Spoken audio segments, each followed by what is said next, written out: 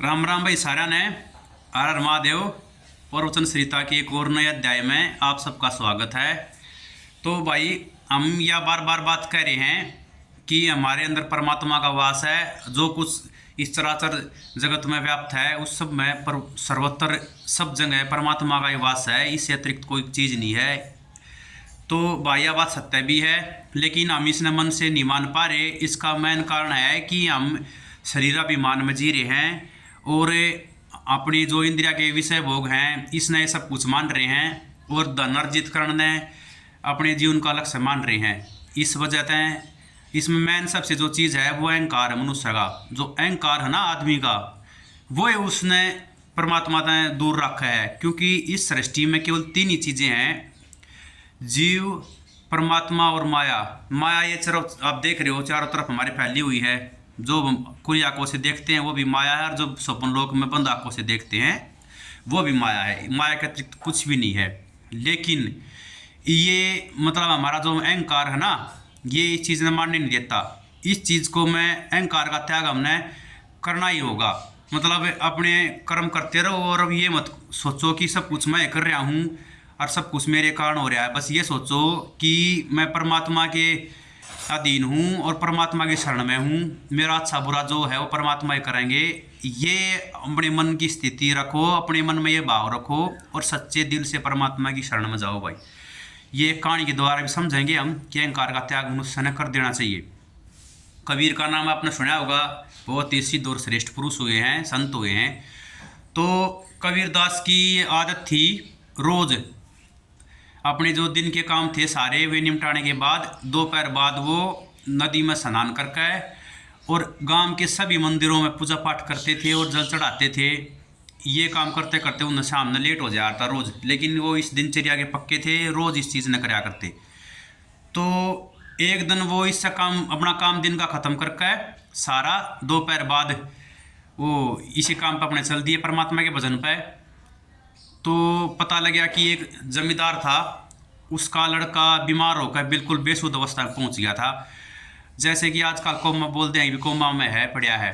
तो उस समय उसने मृत घोषित कर दिया करते, इतने डॉक्टर वगैरह ना थे। तो उसने एक नुबला भाई होता मैनू मालूम ख़त्म है हो लिया एक प्रकार का। लेकिन एक संत है उस उनके पास लेकर चलते हैं, शायद वो कुछ मदद कर पाए। तो वो वहाँ गए तो वहाँ पर उसका वो था पुत्र कमाल वो था। अर्थ बोला भाई पिताजी की तो उम्र हो चली है, वो तो अब वृद्ध हो गए हैं और समय लगेगा उन्हें, मंदिर में पूजा पाठ करने गए हैं। तो उन्होंने बोले भाई तू कुछ मदद कर पाओ तो देख ले। तो उसने भी सोचे कमाल ने उम्र तो लिया ये तो कर भी कह सका है। लेकिन फिर भी उसने उसके पिताजी का कमंडल धरा था, उसमें गंगा जल लिया मुट्ठी में, उसे बालक के चोकर देकर छिड़किया, 3 बार परिक्रमा करी और राम का स्मरण कराया तो वो बालक ठीक हो गया। तो उसका तो नहीं होगी भाई, इतना तो फिर सारी सिद्धि प्राप्त होगी, तो भगवान के बराबर हो गया। तो शाम को जब वो आया क्या नाम संत कबीर, तो उसके लड़के ने बताया कि ऐसे ऐसे गांव वाले आए थे और मैंने एक लड़का ठीक कर दिया, मैं दीक्षित पुरुष हो गया हूँ। और उल्टा कबीर तो कहने लग गया कि आप बोलते हो ना कि मैं तीर्थ यात्रा पर जाऊँगा, ये आड़ा तो मैं सब देख लूँगा, ये जो आप करते हो सारा काम वो मैं उसके ऊपर हो लिया हूँ, आप अपने आराम से तीर्थ यात्रा पर करा जाओ। तो कबीर का यह बात पता चल गई कि भाई लड़के के मन में अहंकार हो गया है। तो सुबह फिर वो बोला गुरुजी आप जाओ तीर्थ यात्रा पे, यहाँ मैं देख लूँगा। तो कबीर जी बोले कि आप ऐसा करो, ये मैं आपको चिट्ठी बना के देता हूँ, 4-5 वे संत हैं उनको जाओ निमंत्रण दे के आओ। पूर्णमासी को ना जो ये आने वाली पूर्णिमा है इसमें हम भजन कीर्तन का आयोजन करेंगे, उसको समाप्त करने के पश्चात ही मैं तीर्थ यात्रा पर जाऊँगा। तो वो चिट्ठी लेकर गया भाई एक संत के दौरा है। अर्थात उस संत ने चिट्ठी देखी तो उस चिट्ठी में उसने लिख दिया था कि कमाल भय कपूत मेरा कुल गया डूब।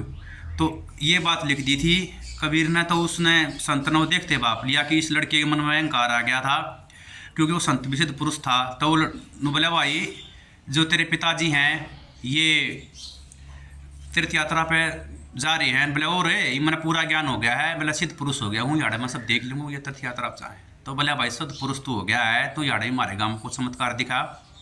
तो उसने गाँव में भाई बेरा भेजा, 10-5 मानस जो कड़े बीमार हो रहे हैं उन्हें सारे ने लिया, यो बोले गाड़ा सिद्ध पुरुष सारा ठीक कराएगा। तो भाई बुला लिया और तो उन्होंने बोला मैं एक बार में 10 साल के को ठीक करूँगा। मैं बोला एक बार में 10 तो मेरे तो ना हो ठीक है। और तो उस संत ने जिस तो निमंत्रण देने गया था उसने एक बार हाथ में जल लिया, राम कही और उनका ना भगा दिया, वे ठीक हो गए। और तो उसने उसके मन में यह बात आ गई यार तने तो 3 बार कहनी पड़ी, एक मानस ताई फिर इसने तो एक बार कही है। और यो बोला इतना सामान्य है, मतलब प्राणी ही झोपड़ी में पड़ा फूसकी में और ज्ञानी और सिद्ध इतना हो रहा यो। यह बात सोचते सोचते वो दूसरे संत तो जान लग रहा था। वो संत अंधा था, जन्मंत था, वो दौर चला गया। उस तभी उसने जागा क्या नाम है प्रणाम कराया और बोला पिताजी ने आपको बोला कि पूर्णमासी को हमारे यहाँ भजन सत्संग का आयोजन है, आप अवश्य आए। तो संत ने बोला भाई आप बात पास से करिए, मेरी इस कुटिया के पीछे जो नदी बहन लाग रही है उसमें एक छोरा डूबन लाग रहा है, उन्हें बचा, तो पहला जागा। तो कमाल उड़ गया और उस डूबते हुए लड़के को उसने बचाया, बाहर काट लिया। लेकिन उसके मन में नहीं आई हो तो अंधा यार इसने के बेरा पास की नदी में मानस डूबन ला रहा तो उसने बचा ले। वो भी बिल्कुल बेसुध अवस्था में पड़ा था, वो छोरा भी जो बचाया था। और तो बोला भाई तुम ज्ञान तन हो रहे ठीक कर दे। बोला यो देखूंगा तो क्यों, उसका जो अहंकार था उसकी वजह तो उसकी सिद्धि चली गई थी। तो उसने एक बार के नाम है राह कही थी, राम पूरा भी ना कही, छोरा बैठ के खड़ा हो गया। तो उसके मन में फिर वो आया भाई मेरे तो बड़े बड़े बड़े सीधर श्रेष्ठ पुरुष पड़े, मैं तो कुछ भी कौन नहीं गया गए। तो फिर वो बोला भाई मैं अंधा हूँ, तू ये चिट्ठी खोल कर पढ़ कर बता तेरे बाबू ने के लिख रखी है। तो उसने कमाल नामा चिट्ठी पढ़ी कि कमाल भयो कपूत मेरा कुल गयो डूब। तो समझ गई सारी बात ने, आके अपने पिताजी ने गुरु मान्या करता उसके चरणा में पड़ गया कि मैं क्षमा प्रार्थी हूँ। मैं अपने आप ने श्रेष्ठ समझने लग गया था, नू मानने लग गया था कि मेरे तो ऊपर ही कोई ना है, लेकिन इस सृष्टि में एक तो एक श्रेष्ठ और सिद्ध हैं और सबसे ऊपर परमात्मा है। तो भाई इस कहानी तो हमने क्या शिक्षा लेनी है, हमने इस कहानी यह शिक्षा लेनी है कि अहंकार अपने अंदर बिल्कुल भी ना आने दें, ना ज्ञान का अहंकार आने दें, ना धन का अहंकार आने दें, ना पद का अहंकार आने दें। किसी को कितना ही बड़ा पद मिला है वो उसका दुरुपयोग ना करे, और अगर कोई शक्तिशाली है, शरीर बलिष्ठ है, तो उसका भी अभिमान ना करे, क्योंकि एक दिन ये भी बुढ़ापे में बुढ़ापा आ जाएगा और जर्जर हो जाएगा। और धन का तो बिल्कुल भी अभिमान नहीं करना चाहिए। धन तो आपको पता है नदी की बाती बह रहा है, आज यहाँ है कल वहाँ है, ये एक जगह ठहरता नहीं। तो फिर अभिमान किस चीज़ का है जब ये शरीर भी अपना नश्वर है।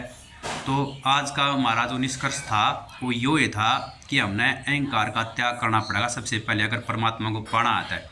क्योंकि अहंकार जब तक हमारे अंदर रहेगा, हम परमात्मा तक कितना ही अपनी ज्ञान इंद्रिया कर्म इंद्रिया हैं या पूजा पाठ करे जहाँ हम सारा दिन या भजन गाए जहाँ उसका कोई प्रभाव पड़ेगा नहीं। सबसे पहले अपने अंदर से ये अहम भाव ख़त्म करें और सच्चे दिल से परमात्मा की शरण में जाएं, तो वो ज़रूर कृपा करेंगे। भाई आज के लिए इतना ही। आपने ये जो हमने प्रयास शुरू कराया ये कैसा लग रहा है ये कमेंट करके ज़रूर बताएं, इससे हमारा उत्साह बढ़ेगा। और वीडियो अच्छी लगी हो तो लाइक करें और अपने मित्र और रिश्तेदारों के साथ भी शेयर करें और चैनल को ज़्यादा से ज़्यादा सब्सक्राइब करें। राम राम भाई, हर हर महादेव। मिलते हैं अगली वीडियो में।